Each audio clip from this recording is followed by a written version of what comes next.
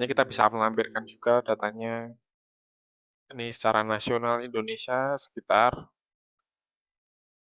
5,3 ton ya per hektar. 5,3 ton per hektar. Kita bisa isikan saja di isian kita. Kita isikan 5,3 ton. Oke, kita next. Kemudian produktivitas hortikultura yang ada. Nah, di sini teman-teman bisa tuliskan ton per hektarnya berapa. Tadi kan berbeda-beda tuh. Ada yang palawija ataupun nanti ada yang buah-buahan dan lain-lain, itu ada sayur-sayuran.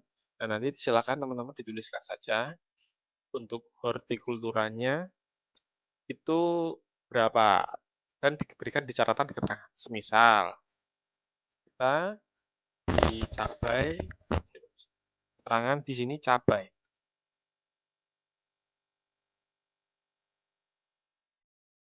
dengan ton per hektarnya adalah 10 ton ya, 10 ton. Kemudian di sini juga sama, kita tuliskan cabai. Kita tuliskan keterangannya cabai. Kemudian di sini misal produktivitas nasionalnya 11.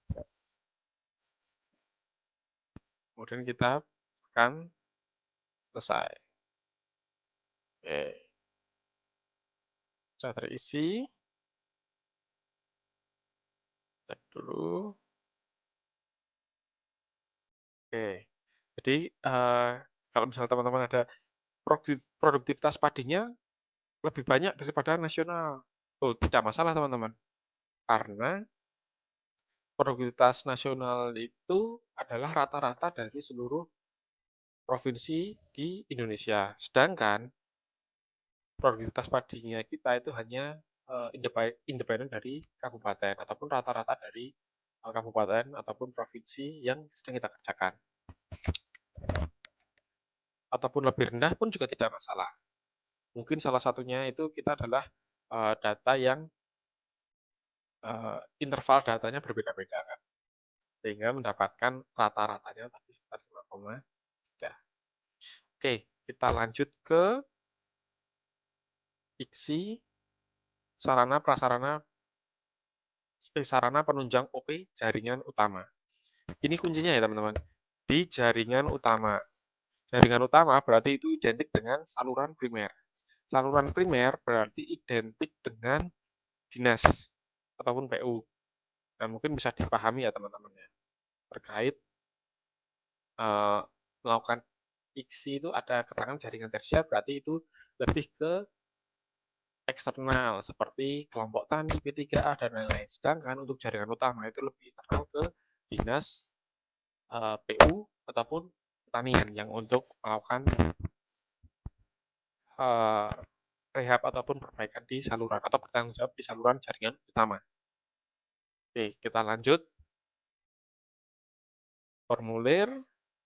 Nah, di sini kita baca peralatan OP, prosentase terhadap personil.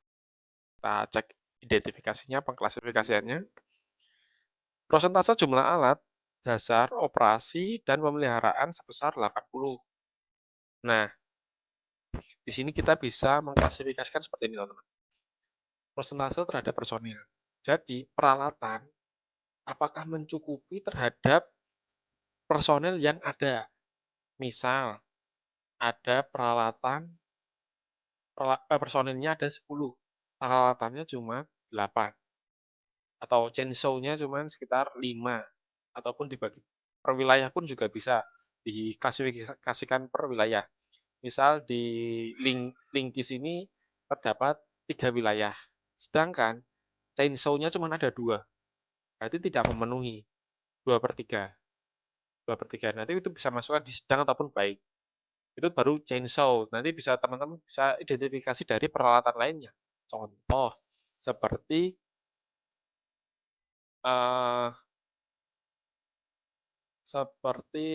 arit ataupun parang ataupun peralatan buat rehab cangkul ataupun apa, atau penggilingan molen ataupun eskavator kecil ataupun peralatan yang ada itu memadai atau tidak. Ya, itu nanti bisa dicari formulasinya apakah dia masuk ke baik ataupun ke sedang seperti itu. Kemudian kita prosentase kondisi alat transportasi. Ya, kita transportasi ini berarti identiknya dengan kendaraan yang digunakan oleh eh, dinas ataupun peralatan dari dinas. Misal kayak ada kendaraan, ada sepeda motor ataupun mobil pickup untuk menuju ke lokasi ketika rehab ataupun peninjauan lokasi. Nah, apakah OP di sana dibekali kendaraan tersebut atau tidak? Nah, nanti bisa sebagai indikasi apakah baik ataupun sedang ataupun jelek. Misal ada 10 OP, nah di sana paling enggak kan 5 orang, 5 kendaraan paling enggak minimal dan mereka berboncengan kan jadi 5 kendaraan. Tapi misal cuma ada 3, oh berarti tidak memenuhi juga, berarti tidak masuk kriteria baik sekali dan ini bisa masuk ke baik maupun sedang seperti itu teman-teman. Mungkin bisa dipahami. Kalau belum bisa, mungkin bisa terus kolom komentar nanti saya permudah lagi.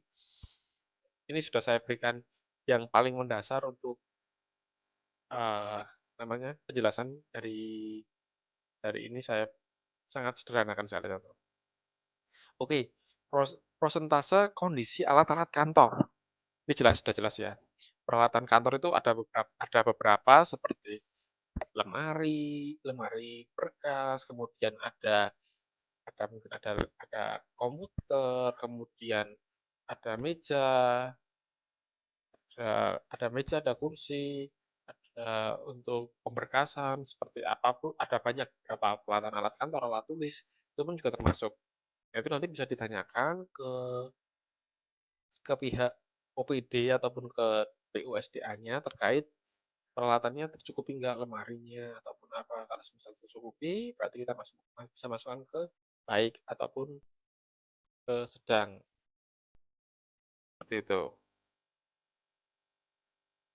Oke, kemudian kondisi alat komunikasi. Nah, alat komunikasi ini ada beberapa ya teman-teman. Bisa berupa HT ataupun kalau dulu kita ini masih menggunakan HT, walkie-talkie buat komunikasi untuk menginfokan. Tetapi kalau mungkin ada beberapa yang masih menggunakan karena kondisinya tidak memungkinkan untuk signal, sehingga masih tetap menggunakan walkie-talkie untuk komunikasi jarak jauh, untuk menginfokan lebih cepat. Karena ada beberapa lokasi kita ke sana tetapi tidak dapat sinyal dan eh, terlalu lama untuk menginfokannya. Nah, kalau untuk tempat yang bisa terjangkau oleh koneksi internet, mungkin kita bisa masukkan ke baik sekali karena menurut saya zaman sekarang udah sangat sangat apa ya, sangat baik dalam melakukan komunikasi melalui via media sosial ataupun chat WhatsApp dan lain-lain itu masih eh, banyak. Nah, masih banyak lagi untuk alat komunikasinya yang bisa kita gunakan seperti HP. Kecuali teman-teman OP tidak memiliki HP ataupun handphone untuk melakukan komunikasi, nah itu nanti bisa diturunkan. Gitu. Jadi kita masukkan ke baik sekali untuk teman-teman punya HP. Seperti itu. Nanti kita simpan. Oke. Itu untuk organisasi personal ya. Sarana penunjang. Sorry, sorry. Oke.